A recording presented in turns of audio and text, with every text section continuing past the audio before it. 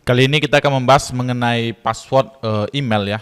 Bagaimana strategi teman-teman itu bisa menggunakan password yang rumit tanpa harus pusing untuk menghafal passwordnya satu persatu. Nah, teknik ini sering saya pakai ya di setiap harinya, setiap hari saya pakai.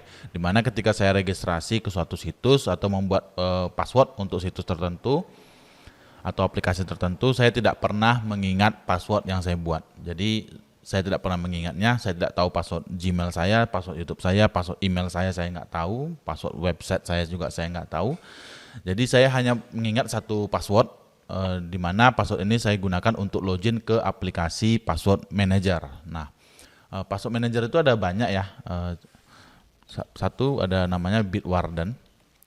Yang saya pakai saat ini namanya Bitwarden ya, yang ini.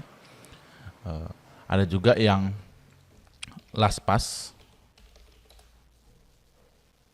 Ini password manager namanya LastPass. Ada juga yang namanya OnePassword. Yang ini OnePassword. Untuk Bitwarden ini dia free, gratis dan bisa digunakan di beberapa perangkat ya. Nanti teman-teman bisa lihat di bagian menu pricingnya, klik personal. Di sini free, unlimited device, jadi dia bisa digunakan di banyak perangkat. Jadi kalau teman-teman itu punya ada 2 laptop atau 2 handphone itu bisa dipakai dan dia nanti bisa synchronize. Untuk yang LastPass ini dia dibatasi ya, dibatasi satu perangkat aja. Untuk yang personal plan-nya. Kalau yang free-nya itu dia hanya dibatasi satu device saja. Jadi hanya bisa satu perangkat. Misalnya teman-teman install LastPass-nya di handphone, maka di laptop nanti tidak bisa diinstal LastPass-nya. Kalau teman-teman masih pakai yang plan free. Jadi teman-teman harus bayar yang plan premium $3. Atau satu lagi itu namanya OnePassword. OnePassword ini bayar semua ya. Jadi nggak ada yang gratis. Biasanya orang-orang Eropa ya, bule-bule biasanya pakainya OnePassword karena security-nya dinilai cukup bagus gitu. Untuk saat ini saya pakai Bitwarden ya, jadi kita akan implementasikannya dengan Bitwarden. Teman-teman nanti yang belum punya, kalau mau coba Bitwarden bisa download aja di sini, download. Di sini ada yang untuk Windows, ada yang untuk Mac dan Linux. Nah, biasanya saya tidak install yang desktop application-nya ya. Ya, saya installnya yang web browser extensionnya. Jadi dia akan menempel di browser seperti ini. Ini adalah Bitwarden ya. Bahasa passwordnya itu by default dia tidak terbuka. Jadi ketika teman-teman itu nge-close browsernya, otomatis nanti ketika teman-teman buka lagi dia minta password lagi. Jadi pada saat kita buka, misalnya kita mau login nih ke Gmail misalnya. Contoh ke Gmail. Nah, saya kan nggak tahu nih password Gmail saya. Di sini saya tinggal login aja. Nah, di sini akan ditampilkan akun-akun Gmailnya yang saya punya. Nah, misalnya kalau kita lagi misalnya login ke SQLBug misalnya, ke aplikasi ya. Ini aplikasi untuk backup. Misalnya saya logout nih. Saya mau login, tapi saya nggak tahu nih passwordnya apa, username, email dan passwordnya saya nggak tahu. Saya tinggal klik kanan aja di sini, saya pilih Bitwarden, autofill login. Nah, saya tinggal pilih akunnya. Nah, saya login pakai email ini, saya klik login. Jadi saya tidak pernah mengingat password apapun. Yang saya ingat cuma satu password, yaitu master password dari Bitwarden.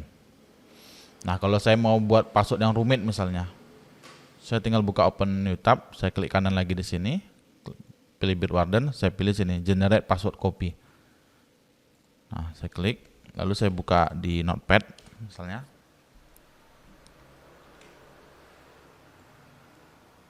Di Notepad saya tinggal paste saja passwordnya. Nah, ini. Jadi ini adalah password yang di generate oleh Bitwarden. Jadi kalau kita mau generate lagi yang lain misalnya. Nah, jadi password rata-rata akun dari aplikasi atau website yang saya gunakan itu passwordnya rumit seperti ini. Jadi saya tidak bisa mengingatnya.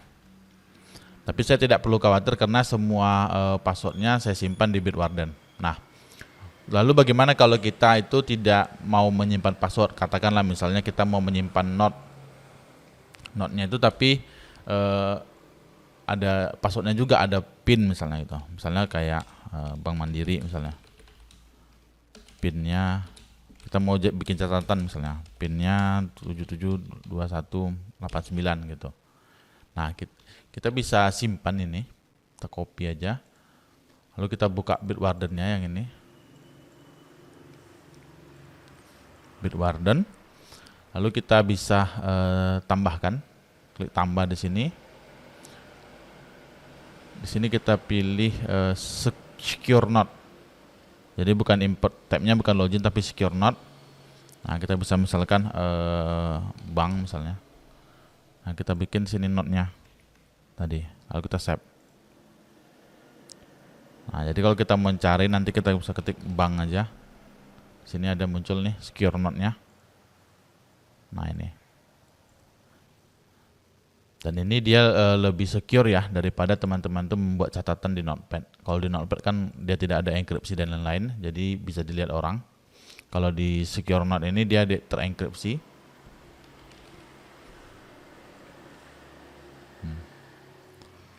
Nah, kalau saya juga menyimpan ya data kartu kredit. Nah, jadi kalau di sini ada card-nya, ada satu. Jadi ketika saya mau belanja online, saya bisa isi data kartu kreditnya itu menggunakan data kartu yang saya simpan di Bitwarden. Jadi bisa klik tambah, pilih tabnya itu pilih card.